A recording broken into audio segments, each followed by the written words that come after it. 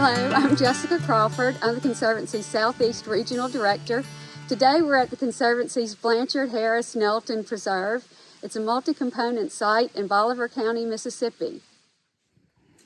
This is a map of the site. This was made for us by our good friend Cliff Jenkins with the NRCS. This is the road that we come in on. Of course, north is up. We come in on this road here. This is Mound A. This is Mound B, the one that has the cemetery on it and beside it. This is Mound C, which is behind the house. The house is located right here. And this is Mound D, which is out in the field, which is a farm field right now, and it has been leveled. The Conservancy owns all of this area. Let's see, right in here. We do not own this over here, but we do have this right in here. We purchased part of it in 2012, and then later the cemetery in Mound B was donated to us by a family member in 2020. So this is a map of the site that was done by the Lower Mississippi Survey in the 1940s. Again, this is the road that we come in on, and this was a house which was there at the time. This is Mound A. This is Mound D out in the field. That's no longer there now. Looks like there was a barn out here also. Here's the cemetery on and beside Mound B. And here is the Mound C behind the house.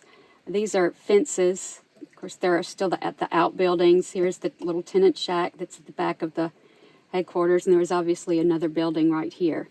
So it's a little bit different. A lot more farm buildings were here in the 1940s. This is a multi-component site with occupations spanning from the earliest, based on what we know from surface collected ceramics, late woodland period, about AD 700, to through the Mississippi period to approximately, a little bit after 1500. Behind me you can see Mound B, which has a historic cemetery beside and on top of it, and just west of it is Mound A.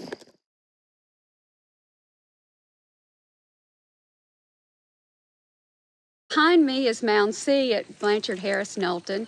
It's located behind the house, and during historic times when this was a farm headquarters, Mound C had a muscadine grape vineyard on top of it. It's a little bit hard to see because it's covered with thick growth.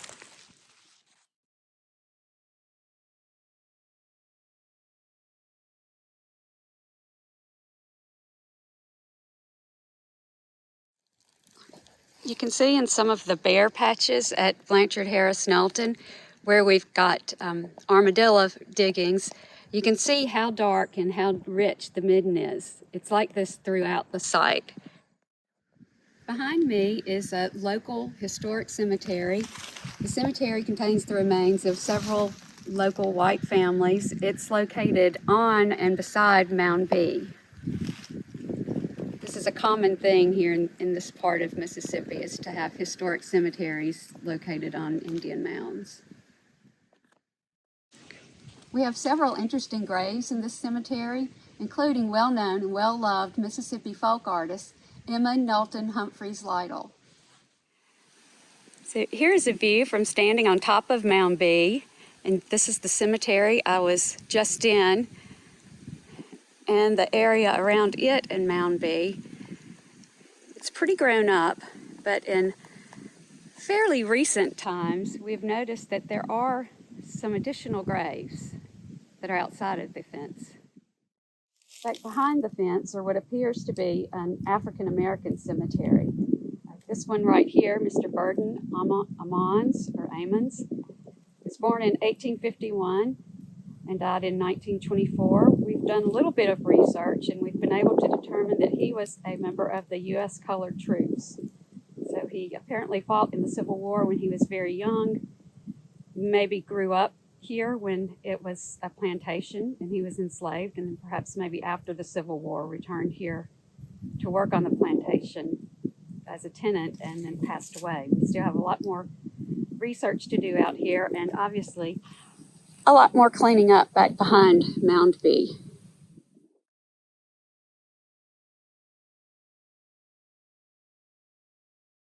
Here's some artifacts that we found on the surface at the site.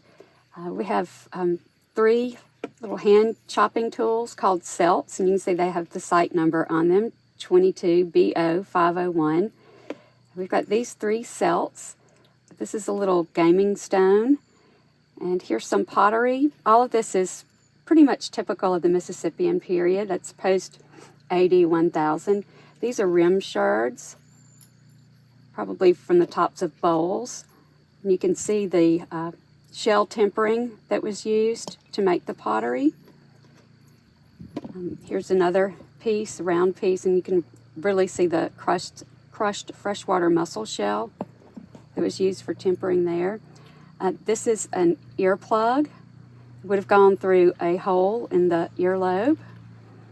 And this is really interesting because it's apparently just some clay that belonged to someone who was making pottery, and you can see how he or she squeezed it like that and just left it there.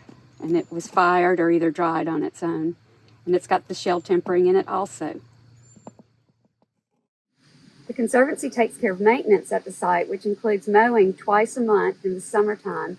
We have local site stewards who help us keep an eye on the site and take care of the site as well. The Conservancy purchased this site using donations to our Point Fund. So far, no professional excavations have been conducted on this site. We know what we know about it based only on surface collections. So using donations from people like you, we've managed to preserve a time capsule of historic and prehistoric life in the Mississippi Delta.